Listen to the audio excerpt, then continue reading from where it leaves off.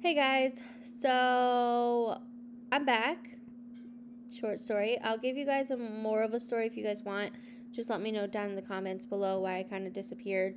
Nothing to do with you guys personally, just a lot going on in my life.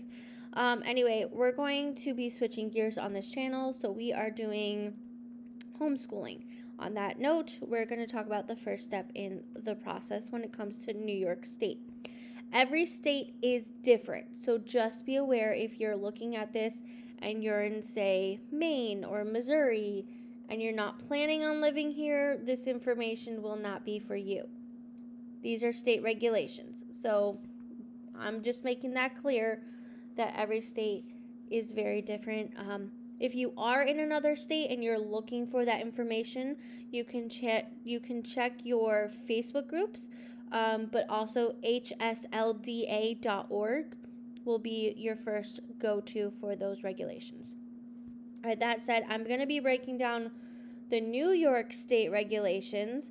So for those of you that are looking in New York, here you guys go. This will make your life a lot easier on how to do things, and this will be up forever to make your life easier.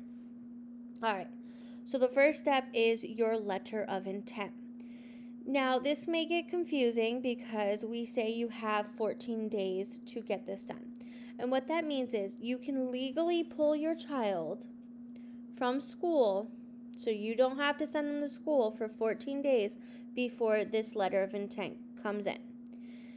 Now, why that's confusing is because the state, the school will still call you. They will bug you until that is in, which is why I always recommend that you at least have it ready to go to give to them. Take a few days. If you decide over the weekend, that's great. Make a plan, because once that LOI is in, you are homeschooling. Okay, I want to make that clear.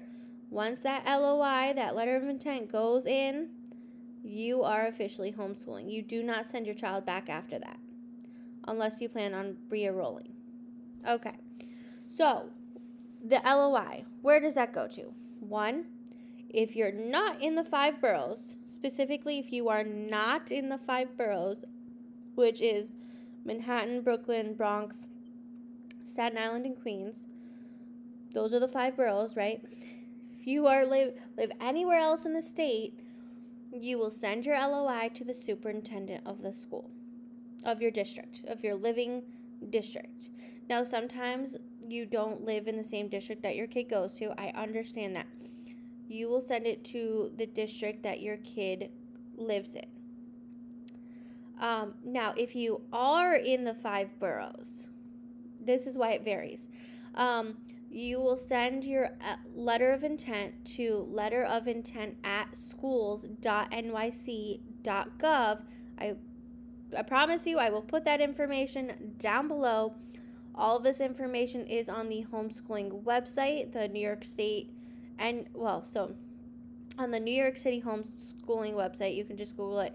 All this information is up there, and it is also reiterated both in my homeschooling group and on my website, so you cannot miss it. But this is where it goes, and all it's really going to say is you're going to have your name and your address. You're going to have your child's name, their date of birth, their grade, and then you're simply going to state, I intend to homeschool child's name for